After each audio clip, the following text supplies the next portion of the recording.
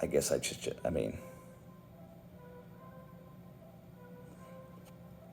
you're welcome.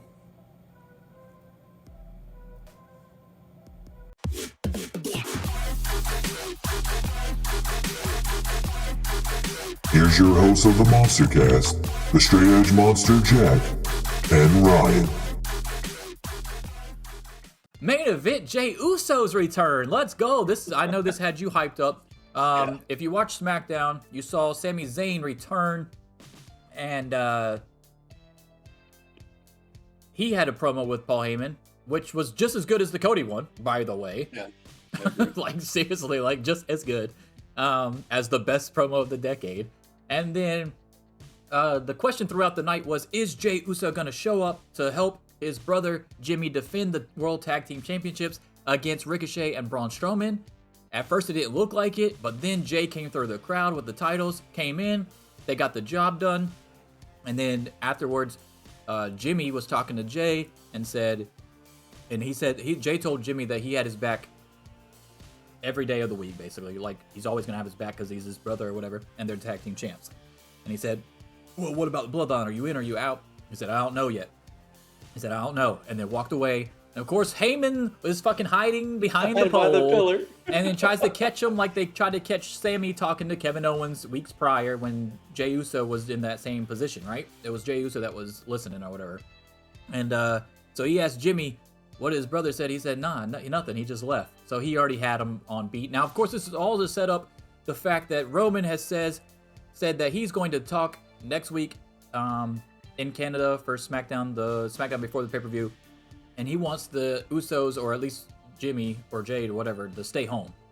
So we know Jimmy's staying home because we all know the actual reason is because he can't go to Canada because of his DUIs and stuff. So I think that was actually a smart way to write him off TV, honestly, for that week. So we know he's not going to be at Elimination Chamber. We know he's not going to be on SmackDown. Roman's got something to say. I thought they set it up beautifully. And then, of course, the main event Jey Uso part is when Sami Zayn was back by the truck again, runs into Jey, and then you can take it away from there and tell people like the story that's leading up back up into main event Jey. Well, essentially, Sami's just told Jey, like, okay, now you can, take over. The subtext of it is he wants Jey to take over the Bloodline. He doesn't want to get rid of the Bloodline. He doesn't think that, the whole thing should disband or anything like that. Even in the promo with Heyman, he's kind of hinting at that too. So way back when the whole Bloodline thing started, the first part of it was getting the Usos on board. And Jimmy was on board, but Jey isn't. And they had a whole I Quit match. I believe it was Hell in a Cell, where the way that Roman got Jey to acquiesce and eventually join the Bloodline with Roman was essentially to hold Jimmy, who was already injured, in a submission on his injury until Jey quit. And the stipulation of that match was that if he quit, he had to join the Bloodline or whatever. So from the start, Jey's always been kind of...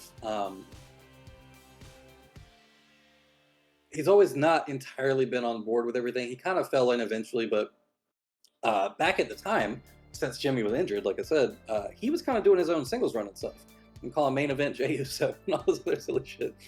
So the return of Main Event Jey Uso is basically coming about because of the storyline where it seems like the direction they're hinting at going is that Sami wants Jey to take over, which kind of makes sense because Roman's already talked about wanting to leave the business and stuff within the next year or two. So they do have to set up something for the Usos, and if they're not going to do tag stuff forever, it kind of makes sense. But either way, the storyline is essentially that Jey saw Sami kind of go through the same shit that he went through to get Jey on board. And that's even back during the Royal Rumble stuff. It's like that's kind of why he doesn't join in on the beatdown. Like there's a lot of stuff involved in it that ties back into how Jey originally ended up in the stable.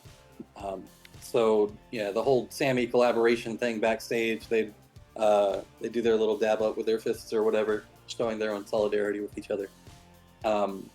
It does seem like it's going to be a Jey versus Roman for control of the Bloodline thing at some point.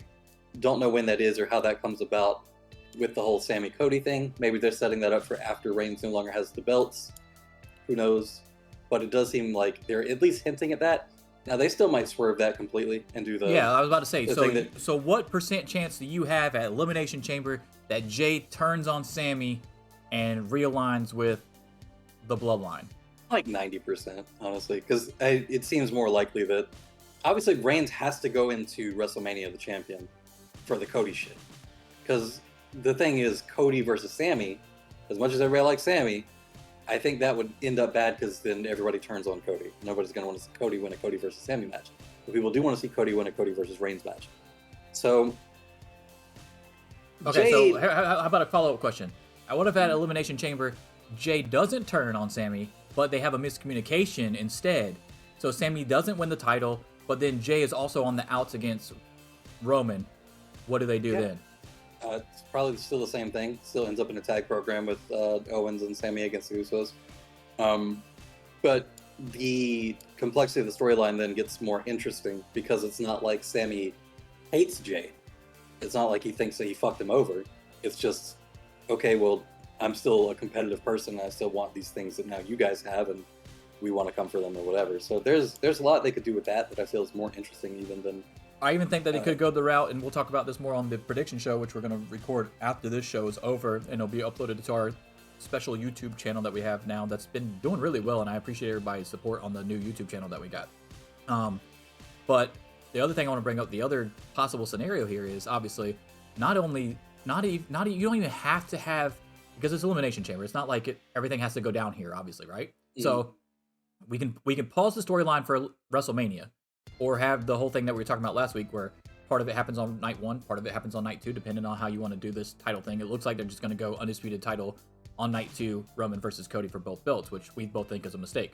But they could also do this to set up and make it more convoluted, so you still don't really know what side Jey's on.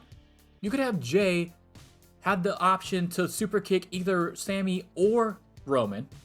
He pauses because he's thinking about it, and then Solo comes in and spikes Sami Zayn instead, and then he has no option and Roman pins him. So then you still don't know really what side Jey's on, right? Going into the next whole month of shit before WrestleMania. So you can still work on that story throughout the thing without having Roman have this, and then Roman can focus more on Cody, and then the rest of the bloodline is trying to figure out what the hell Jey's doing going into WrestleMania. Here's the thing too that they kind of hinted at last week with Jimmy and Solo sitting on the couch. Or the week before. Yeah. No, was it last week or was it the week before? I don't remember. But either way, when they're sitting on the couch and Reigns is like, yeah, go fucking find him. He ain't in here. That's such dad shit too.